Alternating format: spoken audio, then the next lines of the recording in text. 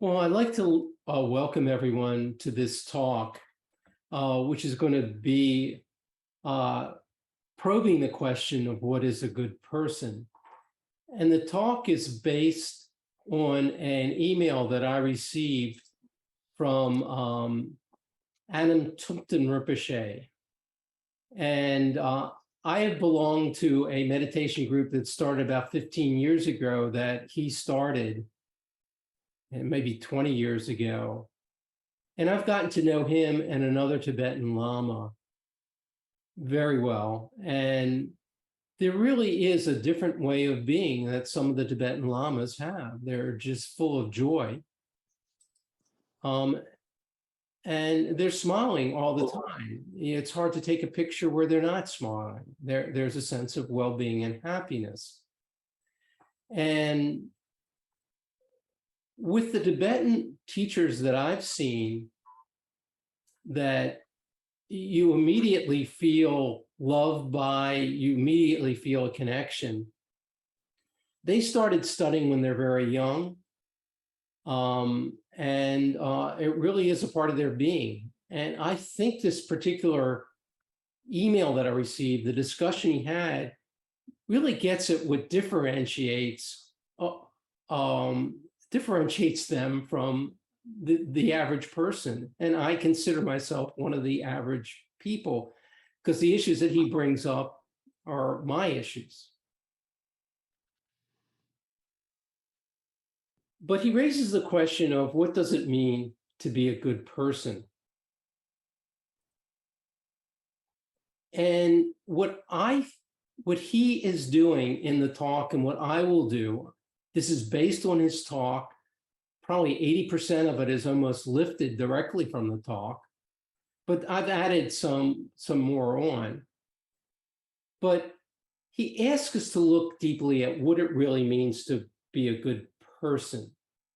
And it's not only what they're doing, but why they are doing it. And to him and to the tradition, what a truly good person is, they are doing things that help end their suffering and improve relationships, that are counterintuitive to me, difficult to do, but something that I'm aspiring to do. And I'm going to differentiate what those things are. But for me, a good person is someone who's well-intentioned, who cares about other people, who's generous, they're trustworthy, they're kind, and they're selfless.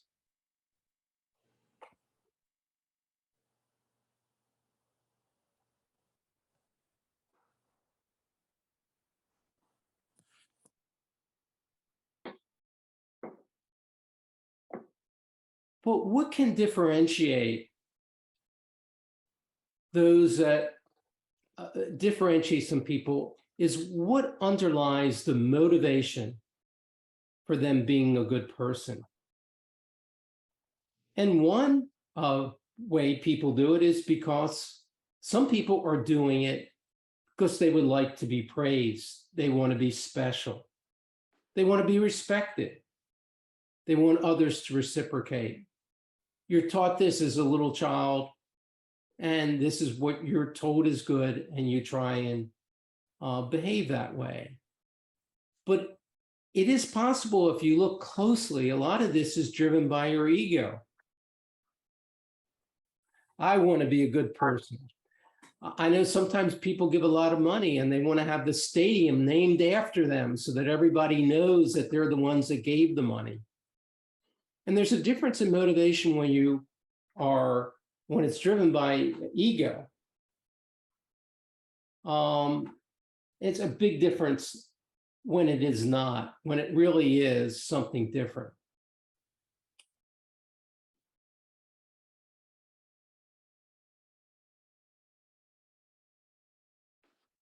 And what is different is when you're really doing good and caring about people from a completely altruistic point of view. And what do I mean by altruistic? obviously, first, you're not doing it for personal gain. But also, I want to add that the compassion, the caring about others is broad. It's about everyone, friends or enemies, your boss or your employees, people who agree with you and people who disagree with you. And again, no need for personal gain. And altruism, I want to use a word called compassion. We're altruistic. We can be compassionate to everyone. And I want to define what the term is in such a way that you could really aspire to that. It's not unreasonable. And maybe I'll start out with saying what compassion is not. You can be compassionate to someone you disagree with. You can be compassionate to someone you don't like. But you're not condoning their bad behaviors. You're not agreeing with them. And you're not allowing them to take advantage of you. There truly is a difference in how much compassion. There are some really compassionate people, and there are some people that lack compassion. There is a difference. But our goal in a spiritual journey is to have compassion for all of them.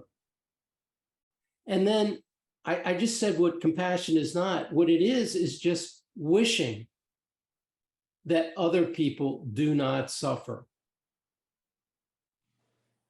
I notice within myself when someone does something wrong to me, my instincts are for revenge, and that hurts me. But if I could instead, when someone does wrong, just wish that whatever suffering is causing them to behave in the way that the suffering goes away. And if the suffering goes away, then they'll probably be better people. The other thing about other human beings is a lot of people are bad actors. But what I've seen in my family dynamics is that the people in my family that I have the most trouble being with, that I want to avoid, were bullied or abused by their parents.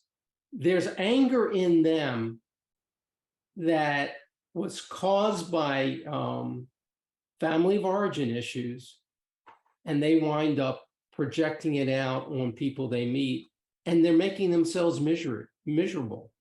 In both cases of the people that I have in mind, they're limited in the number of friends, they're limited in the number of close relationships, and they're suffering.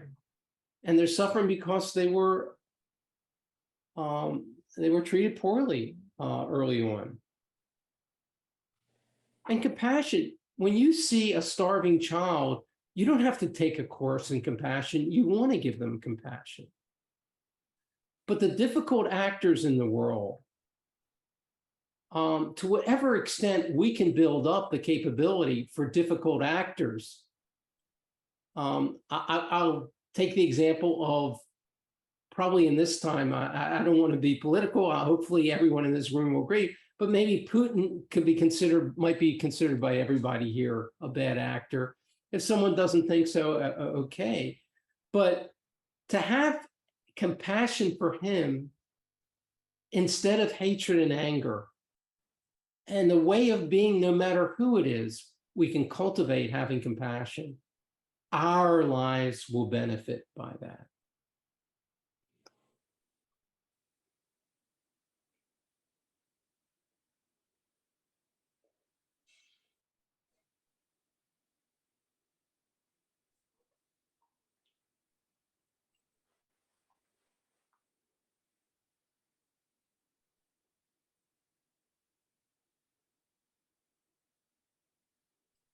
And in the letter that Anam Tupten sent out, he had a specific practice that he talked about, and I'll share that practice with you. And every time I do the practice, it makes me feel good all the time. You know, it's like you have a sweet tooth, you eat chocolate, and it feels good to eat the chocolate. You know, when you do a compassion meditation, every time you do it, every time I do it, I feel good. And it's something that, you know, I'll explain what it is. If you'd like to, you can try it. But essentially is every time you see anyone, you're walking in a supermarket, you're in your house and you see your spouse, whenever it is, you see someone, notice how you feel in your heart, either positive, negative, or neutral.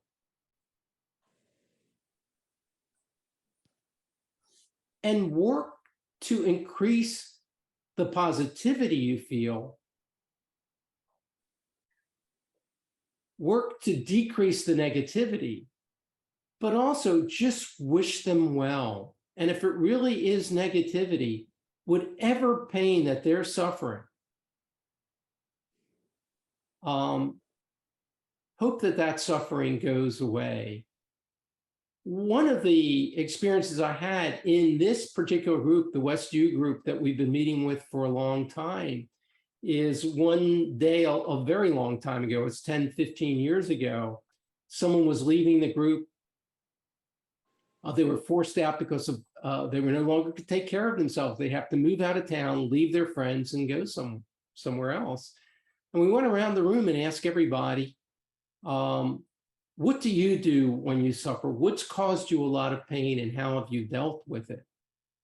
And I've known these people for a very long time, and I didn't know all the tragedies that occurred to them. Everybody had either lost someone close to them, they had financial problems, their life had been turned over by something. And you don't see it, you don't know how other people are suffering. We don't say, I just lost my job, you know, all the things, we don't show it, we don't talk about it. We'll dress well, we'll put on a good face, but beneath everyone, and everyone you know closely, when you think about it, they've run into some rough situations. And just wishing them well, seeing them, knowing they suffered, and wishing them well. And the odd thing about this practice is you want them to be well, but that act changes you, alters your heart and how you feel. And do this for everyone. And how hard it is to do for people maybe like Putin, it might be very hard, but there are people in your family. Just understand why they're doing the things that you don't like or that are bothering you. And maybe you can think about how they've suffered and what's causing it, and feel a little bit more compassion for them. And this is the practice.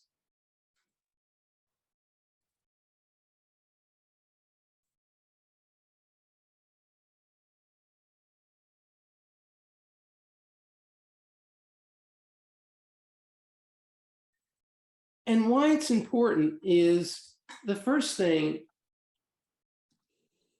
the most important thing about this practice, it is good for you. It never, you feel good by doing it. It helps you feel better.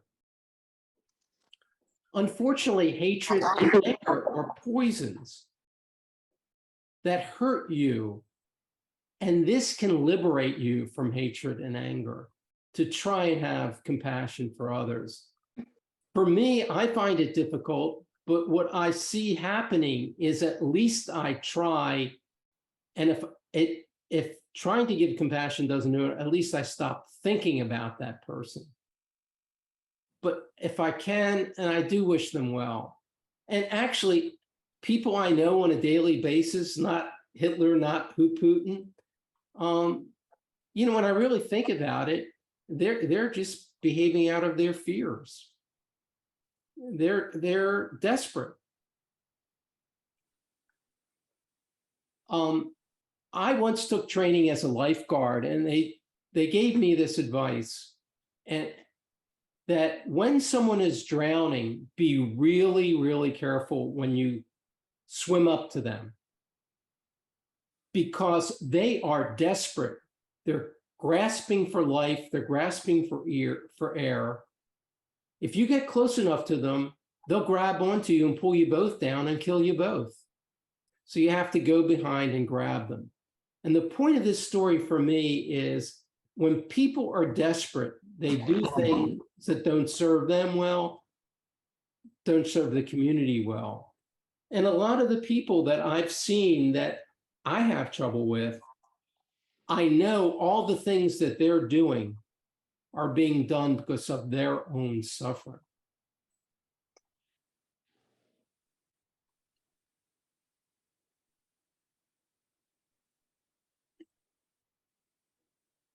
I didn't say this, but there's a Native American proverb: you don't know another until you've walked 1,000 miles in her moccasins. You don't know what's happened to people. Sometimes they're behaving badly because something really bad has happened to them. And one of the things that helps me live this and brings this to life to me,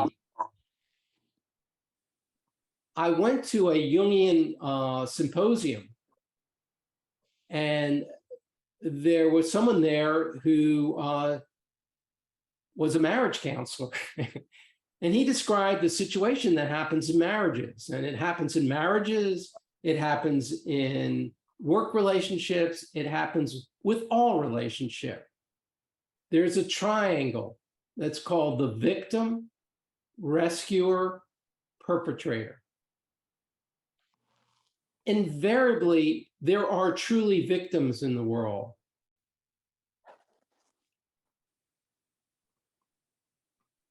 When you see a victim, you want to be a rescuer or a savior. And when you see the perpetrator, you get mad at the perpetrator. And if you get mad enough at the perpetrator, then you do something that hurts them. Then the perpetrator feels that they're a victim. They see you as the perpetrator, and the roles shift. And it's a never-ending escalation of violence.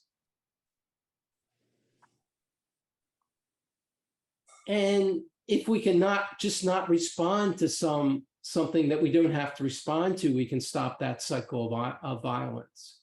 If instead of attacking and getting revenge, which is the instinctual, if we really try and understand what that person has done and why. This group earlier covered a book on nonviolent communication. And the heart and soul of that was when someone's angry at you, listen to them, understand what bothers them. There is a chance when you understand their concerns, you might be able to find a mutually beneficial solution to your problems. The second thing in the Buddhist tradition, there is a story by Shantideva, or a parable. If a man beats you with a stick, who do you hate? Do you hate the stick? No. Do you hate the arm that swung it? No. Do you hate the person? Likely you do. Person decided to do it. He picked up the stick. He's responsible. Or should you hate the father that beat that little boy up when he was a child, that made him become the person that he was like? Or should you hate the society that destroyed the sense of well-being of the father and turned him into the bad father? The difficult people in the world are often difficult because of the circumstances they faced. And you can have compassion and empathy for them. And one of the inspirations I like that come from Christianity, Jesus is dying on the cross, and forgive them, for they know not what they do. And here's a man dying. He was essentially tortured by people and concerned about their forgiveness. And that is the level beyond being just a good person, to be able to always have compassion, even for people who aren't helpful to you. From a business perspective, Stephen Covey said, seek first to understand and then be understood. When people are doing things, understand why.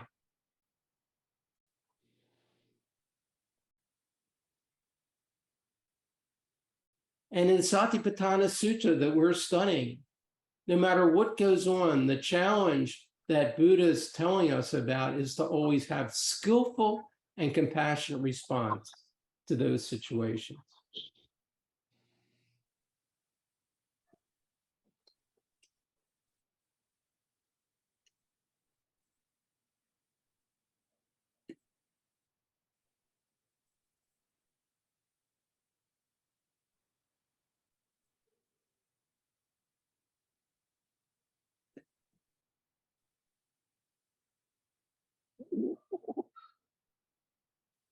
One other thing I want to say about relationships, I talked about the victim, perpetrator, savior. When you get upset with someone, even if you have the wisdom not to say anything, even if you don't behave poorly,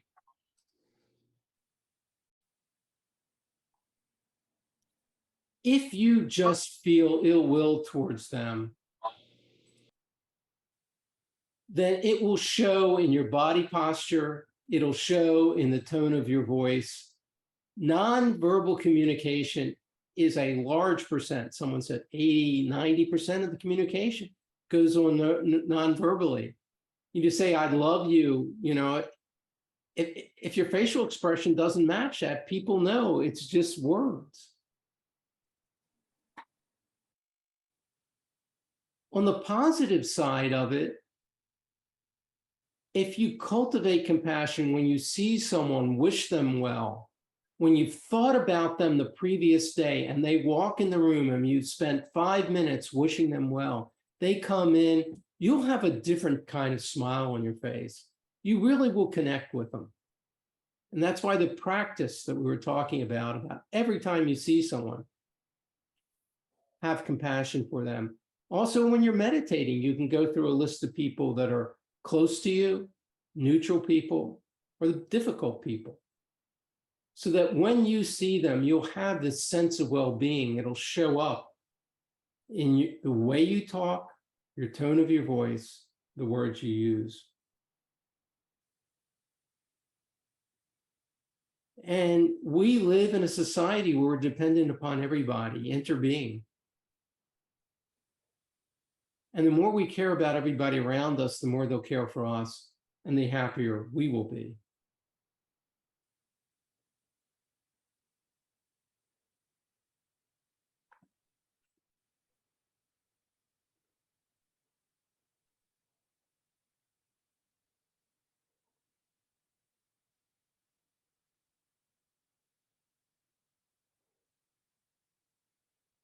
And the whole purpose of this practice of compassion is to decrease your suffering and increase your sense of well-being.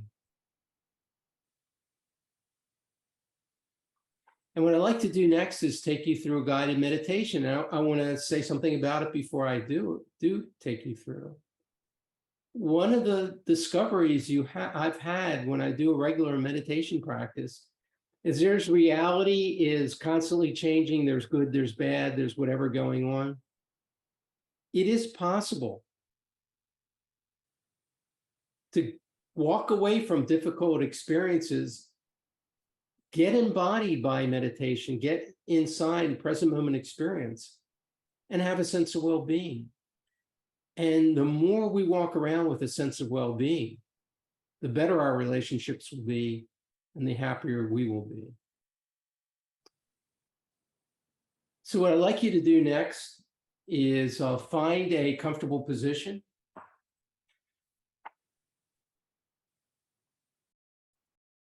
And actually, before we do the guided meditation, let me describe it to you, because I don't want to do a lot of guiding when I'm actually doing the meditation, and I'll explain why.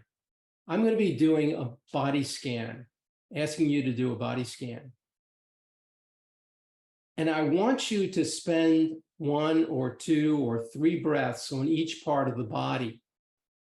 And each of us breathe at a different rate. So if I started calling out the body parts, it would be a distraction to you. It might throw you off your rhythm. On the other hand, I'd like to give you give you a description of what you could be looking at. The more detailed it is, the better it is. If you know a lot about physiology in the body, you may go into much more detail than I have. If you can't remember what I say, just go over the parts that are clear.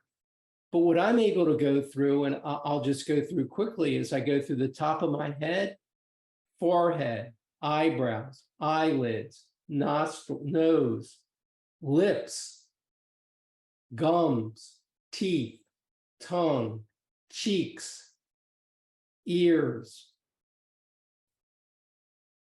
face, my arm.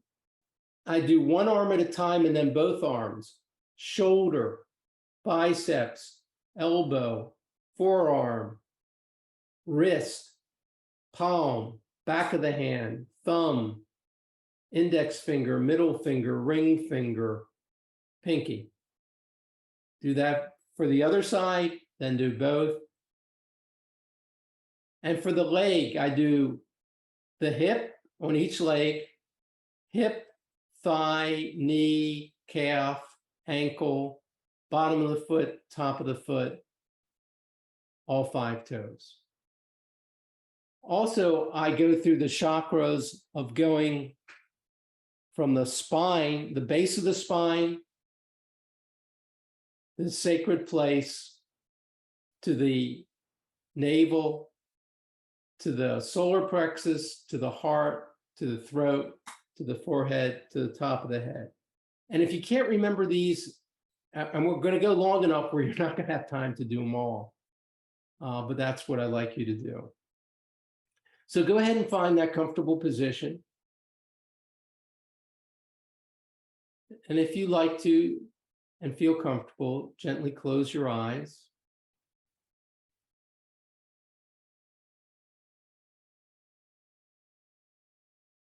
And just to warm up,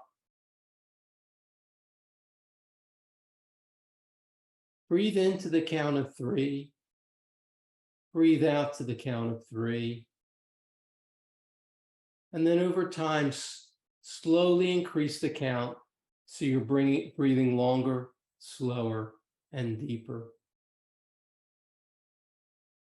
This will trigger the relaxation response, decrease your heart rate, allow you to relax.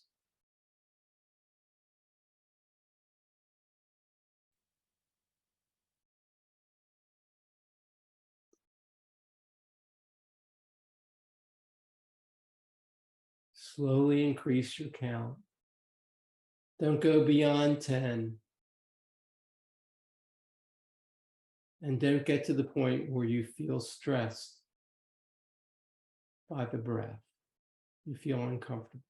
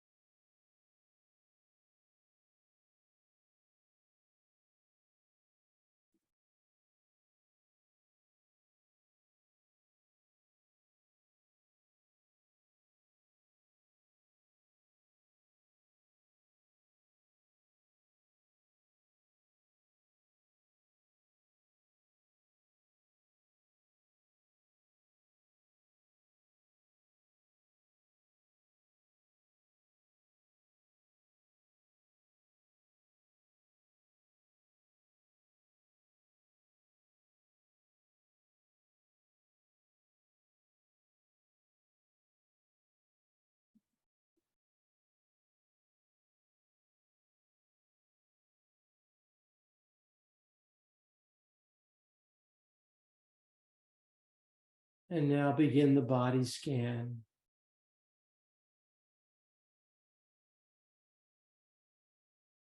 Take a long, slow breath. On the in-breath, notice the sensation in your nostrils.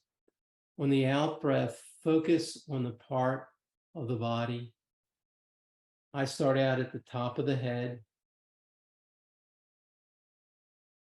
And really try and feel the felt sense of that part of the body. Do it for at least 2 or 3 breaths. If you have trouble feeling something, do it for as many as 10 breaths. But if you can't do it, move on to another part of your body.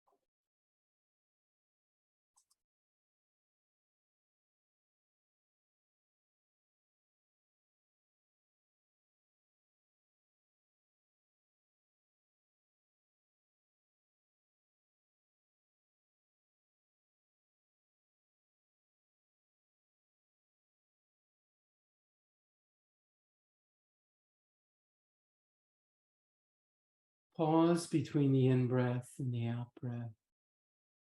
And really see if you are experiencing the felt sense of that part of the body.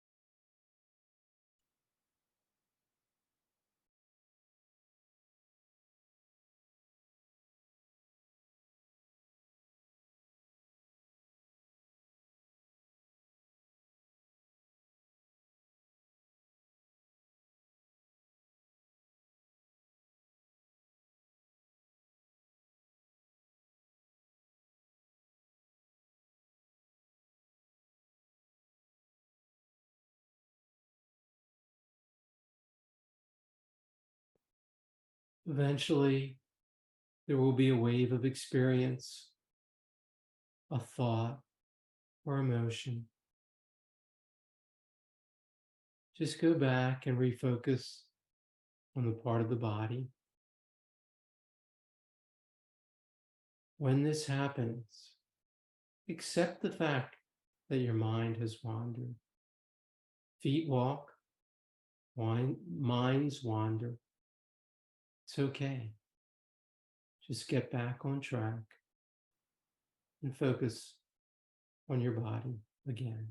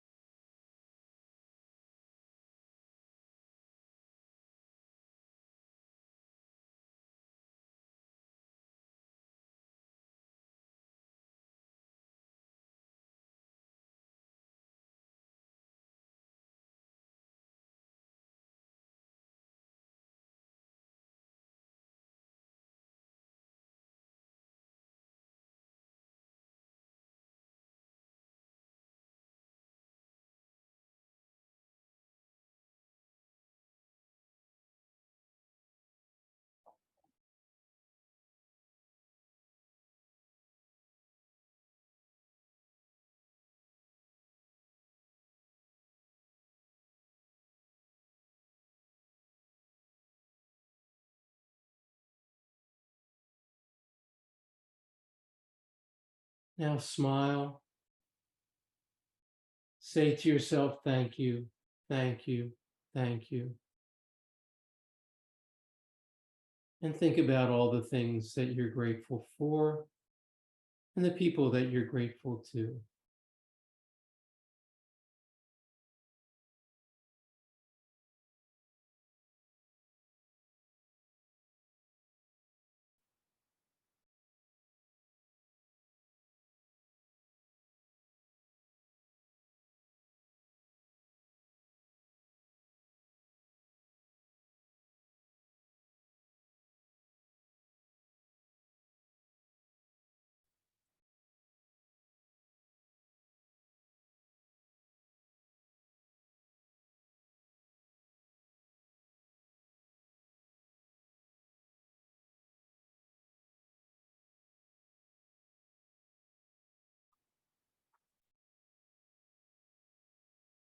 May you be well, happy, and peaceful. May no harm come to you. May you always meet with spiritual success. May you also have the patience, courage, and determination to meet and overcome the inevitable challenges, difficulties, and failures in life. May you rise above them with morality, integrity, forgiveness, compassion, mindfulness, and wisdom. Thanks for your presence. Thanks for attending. And I hope that you have a good day